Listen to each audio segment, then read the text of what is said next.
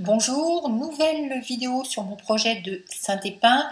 Aujourd'hui, nous allons parler chiffres. Je vais vous parler du cash flow, je vais vous parler du point mort, du résultat comptable, de la rentabilité, du chiffre d'affaires prévisionnel. Je sais que pour certaines personnes, les chiffres, ça fait peur. C'est pas marrant. C'est pour ça que j'encadre cette vidéo avec des images de la dernière fois, donc point sur les travaux, vous avez pu voir que les choses avançaient.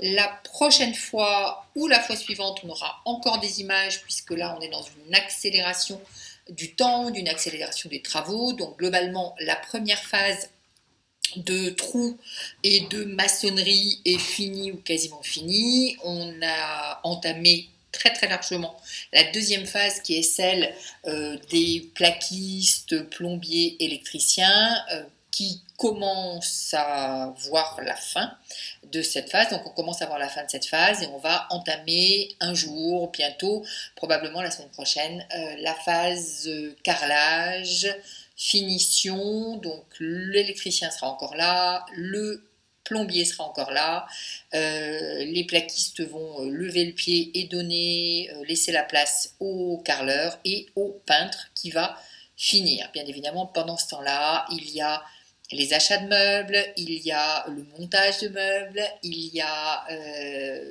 les idées déco pour les pièces pour lesquelles je n'avais pas d'idée. Donc tout ça commence à se mettre en place. Si vous avez des questions particulières que vous voudriez voir traitées lors des prochaines vidéos, vous n'hésitez pas. Vous me dites, j'aimerais bien que tu parles j'aimerais bien que tu abordes telle ou telle partie d'un projet immobilier. Donc, qu'est-ce que vous voudriez voir en vidéo la semaine prochaine ou la semaine suivante ? Entre deux vidéos, deux travaux, plus toutes les idées que je peux avoir déjà. Mais n'hésitez pas non plus à liker cette vidéo, à la partager, à partager le lien pour des personnes qui pourraient être intéressées et qui voudraient s'abonner à la chaîne Nathalie Cariou, les clés de la réussite. C'est important que vous me suiviez et que vous me suiviez nombreux, bien tout simplement pour que je sache que cette série de vidéos, cette chaîne est intéressante, vous intéresse et que j'ai l'envie de continuer. Toute personne qui fait des vidéos est forcément en grande partie tributaire de son public. Voilà. Ça vaut à la télé comme sur YouTube. Alors, cash flow, point mort, résultat comptable, rentabilité, chiffre d'affaires. Pourquoi le cash flow et donc bien évidemment le point mort plus que le résultat comptable ou la rentabilité? Bien évidemment, aujourd'hui, ce qui m'intéresse, c'est de vérifier quel est le chiffre d'affaires que je dois faire pour au minimum être à l'équilibre, c'est-à-dire que je n'ai plus d'hémorragie financière. Donc c'est ce que je vous présente sur ce tableau, calcul du point mort. Vous allez voir, on va le parcourir ensemble. L'idée n'est pas de connaître par cœur la totalité des chiffres, mais de regarder le raisonnement. Donc, hypothèse de chiffre d'affaires, vous en avez plusieurs, ça va aller de 100 à 250 000 euros. C'est un chiffre d'affaires TTC, j'ai une TVA à 10%, donc je vais enlever tout de suite la TVA et je vais enlever une autre chose qui est complètement variable et complètement liée au chiffre d'affaires, à savoir la rémunération de ma gestionnaire ou de mon gestionnaire. Donc là, vous voyez que si je fais 100 000 euros de chiffre d'affaires, le gestionnaire va être payé 7 000 euros sur l'année, en plus éventuellement des prestations de ménage. Si je fais par exemple 180 000 euros de chiffre d'affaires, la même personne va avoir grosso modo 30 000 euros de rémunération. Donc ça, c'est un premier petit calcul. Donc hypothèse de chiffre d'affaires. Mes charges de fonctionnement, je les ai mis en trois parties. Donc charges de fonctionnement fixes. Il va y avoir quelques charges variables qui sont les charges de ménage, qui ne sont pas franchement variables, mais qui vont dépendre quand même de l'occupation, donc qui vont éventuellement progresser au fur et à mesure que mon chiffre d'affaires progresse, ce qui est logique. Et puis, je vais avoir des charges financières. Alors, des charges financières, en réalité, et là, je suis en train de calculer mon point mort et mon cash flow, ce ne sont pas réellement des charges. C'est tout simplement le montant de mon crédit, donc c'est combien d'argent va sortir. Le cash flow, c'est quoi? C'est tout simplement savoir combien d'argent va me rester dans la poche une fois que j'aurai payé mes charges, payé mes intermédiaires tels que les gestionnaires, les femmes de ménage, le jardinier éventuellement également, et une fois que j'aurai remboursé mon crédit, sachant que dans le crédit, il y a une partie qui est des charges, et la partie charge, c'est les intérêts de l'emprunt, et puis il y a une partie qui n'est pas de la charge, qui est tout simplement un remboursement de l'argent que la banque ou les banques m'ont prêté. En tout cas, ici, on n'est pas dans un calcul de rentabilité, on est vraiment dans un calcul de combien il me reste dans ma poche. Alors, charges de fonctionnement, je les ai estimées à partir de ce que je sais, à partir de mon expérience, des autres gîtes que je gère déjà, donc l'assurance, bien sûr, l'électricité, l'eau, le jardinier qui est peu élevé. Pourquoi? Alors vous voyez que vous avez donc à peu près 1 000 € de jardinier par mois, multiplié par 12, forcément on est à 12 000 €, 11 520 €, qui est diminué de la location de la maison que je mets à disposition du jardinier. Et donc globalement le jardinier va plutôt me coûter 2 000 € dans l'année que 11 000 €. Donc effectivement j'aurais pu sortir le coût de la location de cet endroit-là, le mettre à un autre endroit, mais là, ça me permet de me rendre compte que mon jardinier est amorti. Taxes foncières, internet, annonces et annonces et marketing, donc c'est soit des annonces, soit la personne qui va s'occuper des annonces si ce n'est pas moi qui le fais, si ce n'est pas ma gestionnaire qui le fait, et puis 5 000 € que je mets de manière systématique, qui sont les petits achats, la décoration supplémentaire, le renouvellement de l'équipement qui va pas bien. Donc on va être à 33 000 € de charges annuelles, donc 2 800 € de charges mensuelles. Financier, charges financières ou sorties financières plus exactement, donc 4 000 remboursement du crédit de 4 000 € par mois, donc 50 000 € en plus. On va rajouter le ménage, donc le ménage il est... alors, il y a grosso modo 4 personnes en rotation de 2 heures, donc 4 fois dans le mois, mais ça va progresser, bien évidemment, si le gîte est plus loué, il y a plus de charges de ménage que si le gîte est peu loué. Disons qu'on démarre à 8 000 € de ménage, ce qui fait donc en total 91 000 € au minimum de charges, un petit peu plus si le chiffre d'affaires augmente. Et donc là, vous avez à la fois le cash flow. Donc le cash flow, c'est quoi? C'est le chiffre d'affaires, bien évidemment, hors taxe, hors gestionnaire, moins les charges, moins les crédits financiers, moins les charges variables.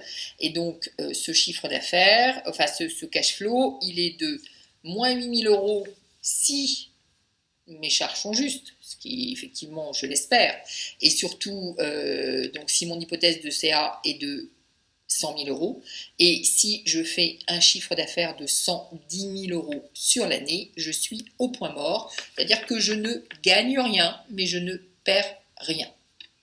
Là, je vous ai entouré, donc il y a d'autres hypothèses, effectivement, si je fais 250 000 € de chiffre d'affaires, je gagnerai net dans ma poche 100 000 € par an. Si je fais donc 165 000 € de chiffre d'affaires, et c'est la chiffre d'affaires que je vais avoir validé comme étant faisable sans trop de difficultés, je devrais gagner à peu près 40-42 000 € net dans ma poche à la fin de l'année. Alors ça, c'est le calcul, donc, je vous l'ai dit, du cash flow, du point mort, à savoir combien je vais avoir dans ma tête, dans ma poche, pardon, le résultat comptable. Alors le résultat comptable, je ne l'ai pas calculé, parce qu'en réalité, je m'en moque, sachant que, bien évidemment, pour arriver au résultat comptable, vous avez non seulement les charges fixes, les charges variables, la partie frais de l'emprunt, donc les charges financières, pas tout l'emprunt mais uniquement les intérêts d'emprunt, mais vous avez aussi les amortissements qui vont donc venir quelque part, on pourrait dire par rapport à ma alors j'ai pas calculé le montant de mes amortissements, mais j'en ai probablement pour 25, 30 ou 40 000 € par an, donc ça veut dire que si je réalise effectivement 165 000 euros de chiffre d'affaires, je vais avoir 41 000 euros de cash flow, 42 000 euros de cash flow, donc 42 000 euros d'argent sur mon compte bancaire. Par contre, comptablement, je vais avoir zéro, je serai même peut-être en négatif avec le jeu des amortissements. Donc ça veut dire quoi? Ça veut dire que je ne paierai pas d'impôts, même si j'ai réalisé 42 000 euros de bénéfices et que c'est 42 000 euros, enfin si j'ai 42 000 euros d'argent sur mon compte. Premier calcul. Donc, je n'ai pas calculé effectivement mon résultat comptable parce qu'en réalité, ça ne m'intéresse absolument pas. Ça va peut-être intéresser le banquier et encore si j'ai besoin de lui redemander à un moment donné un emprunt. Tant que je ne lui redemande pas d'argent, le fait que je sois en bénéfice ou en perte n'intéresse pas grand monde. Et de la même façon que moi, je préfère être en perte plutôt qu'être en bénéfice puisque ça veut dire qu'à ce moment-là, je ne paye pas d'impôt. La rentabilité maintenant. Alors la rentabilité, en réalité, ce n'est pas la première chose que j'ai calculée. Je devrais enlever ici calcul du point mort parce que là, on est sur le calcul de la rentabilité. Hop, voilà. C'est pas la première chose que j'ai calculée parce qu'en réalité, une fois que le projet est lancé, la rentabilité, on s'en fiche un peu. Avant, c'est important. Après, c'est un petit peu tard. Pourquoi? Eh bien, tout simplement parce que l'argent, il est mis sur la table et qu'il n'y a plus qu'à espérer qu'il fasse des petits. Donc ma rentabilité, ça part de la même chose, on a les mêmes hypothèses de chiffre d'affaires, on a toujours le hors-taxe, hors pourcentage du gestionnaire, on a les charges de fonctionnement qui n'ont pas changé, qui ont changé parce que je n'ai pas enlevé, voilà. Je vais faire un calcul en direct, je n'ai pas enlevé mon jardinier comme il faut de ce tableau. Voilà, donc là on est sur le même tableau.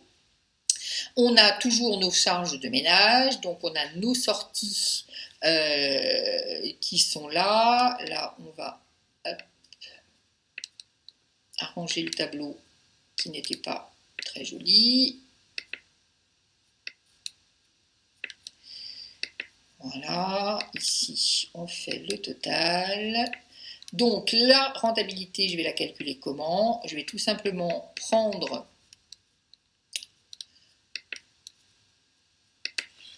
les charges. Alors là, j'ai effectivement pris, les charges. Est-ce que... Donc j'ai enlevé, on est bien sur des charges de fonctionnement, le crédit ne rentre pas en compte, donc j'ai pris mes charges de fonctionnement que j'ai divisées par le montant de l'investissement et je vais donc avoir une rentabilité ici qu'on enlève puisque c'est faux. Donc ça dit quoi? Ça dit que effectivement c'est un projet qui aura une rentabilité nette de 4 à 16% en fonction du chiffre d'affaires que je réalise. Il est bien évident que plus le chiffre d'affaires est élevé, plus la rentabilité va l'être également. Mon chiffre d'affaires espéré, il est de 165 000 euros. Vous allez voir qu'on va le valider dans quelques minutes. Donc 165 000 euros, ça c'est si on est en position relativement basse. Donc on sera autour de 10% de rentabilité nette, avec des bénéfices qui seront des bénéfices d'exploitation, un résultat d'exploitation de 91 100 000 euros, et bien sûr que ce résultat d'exploitation va être diminué des charges financières, et je vous l'ai dit, des amortissements. Donc ce ne sont pas des impôts que je vais payer dessus, il y a des chances que je ne paye pas d'impôts avant un petit moment. Reste à valider le chiffre d'affaires et vous aurez mangé assez de chiffres pour aujourd'hui. Donc le chiffre d'affaires, en fait, je vais le valider comment? Je vais le valider par rapport à mon expérience, même chose. Donc aujourd'hui, j'ai 2 gîtes qui font chacun 20 personnes. Si je regarde le chiffre d'affaires que je fais sur ces 2 gîtes de 20 personnes, je fais à peu près 165 000 euros de chiffre d'affaires annuel. Là, j'ai une capacité de couchage qui est supérieure, donc il est assez normal que je fasse plus que les 2 gîtes que j'ai actuellement. D'autant que je vais louer plus cher puisque je vais louer également avec une salle de réception. Donc ça, c'est la première chose. Et puis, j'ai également un deuxième point de repère qui est celui de la concurrence, notamment un ensemble qui est dans la même région et qui fait à peu près la même chose avec le même niveau de prestation. Et je sais, parce que leur planning est transparent, qu'ils sont loués quasiment toute l'année, etc. Je connais leurs tarifs, donc je peux à peu près recalculer également leur chiffre d'affaires et on arrive dans les mêmes eaux, voire un petit peu plus. Donc, mes hypothèses, c'est quoi? On a notre année qui est là, janvier, février, mars, novembre, décembre. Ce sont des mois sur lesquels je vais potentiellement louer un gîte ou un gîte et demi tous les week-ends en rassemblement familial. Donc on va être par week-end à un chiffre d'affaires qui va être autour de 1 500 €. On a 5 mois, on a 4 week-ends dans l'année, il n'y a aucune raison qu'il y en ait qui ne soient pas loués. On va être grosso modo à 30 000 €. Sur les mois de avril, mai, juin, septembre, octobre, on est sur du mariage autour de 4 000, 5 000 €, 4 800, 4 week-ends pareil, donc 5 mois qui sont ces 5 mois que je viens de citer. On va sur ces 5 mois en théorie faire 96 000 € de chiffre d'affaires. Si je suis en juillet et août, je vais avoir du mariage un petit peu plus cher parce que je vais louer plus de couchages, que c'est aussi la forte saison, donc forcément un petit peu plus cher. Toujours 4 week-ends sur 2 mois, donc 44 000 €. Conclusion, chiffre d'affaires TTC d'après ce petit calcul, 170 000 €. Ça rejoint ce dont j'ai besoin, puisque si je regarde ce dont j'ai besoin pour être bien en rentabilité, voilà, on est là. Et en cash flow, on va effectivement être dans cette colonne-là, voilà. Et dans cette colonne-là, c'est un chiffre d'affaires de 165 000 €, ce qui me permet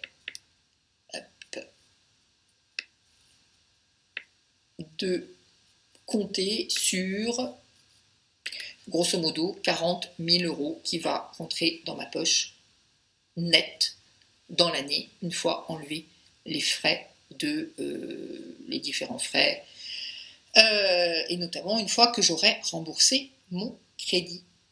Voilà. Donc, vous savez tout, vous avez un certain nombre de pistes pour pouvoir calculer votre propre rentabilité. Je redis en résumé, le cash flow, c'est important, c'est ce qui va rentrer. Le point mort, c'est important aussi, ça va être rassurant pour se dire que à partir du moment où on l'a atteint, on ne perd plus d'argent, même si parfois on n'en gagne pas. Le résultat comptable, on s'en fiche un peu. Ça permet de savoir si on va payer des impôts, mais en l'occurrence, ce n'est pas le problème pour l'instant. La rentabilité, on s'en fiche également, mais ça permet éventuellement de pouvoir se vanter dans les salons. C'est à peu près à ça que ça sert, bien évidemment, le chiffre d'affaires prévisionnel, qu'il vaut mieux avoir précalculé avant de se lancer et puis vérifier au fur et à mesure que votre expertise, votre compétence, votre connaissance du marché augmente. Il est évident que depuis que j'ai mis en location, on reparlera des mises en location dans une vidéo suivante, depuis que j'ai mis en location, ma compétence et ma connaissance du marché a bien augmenté.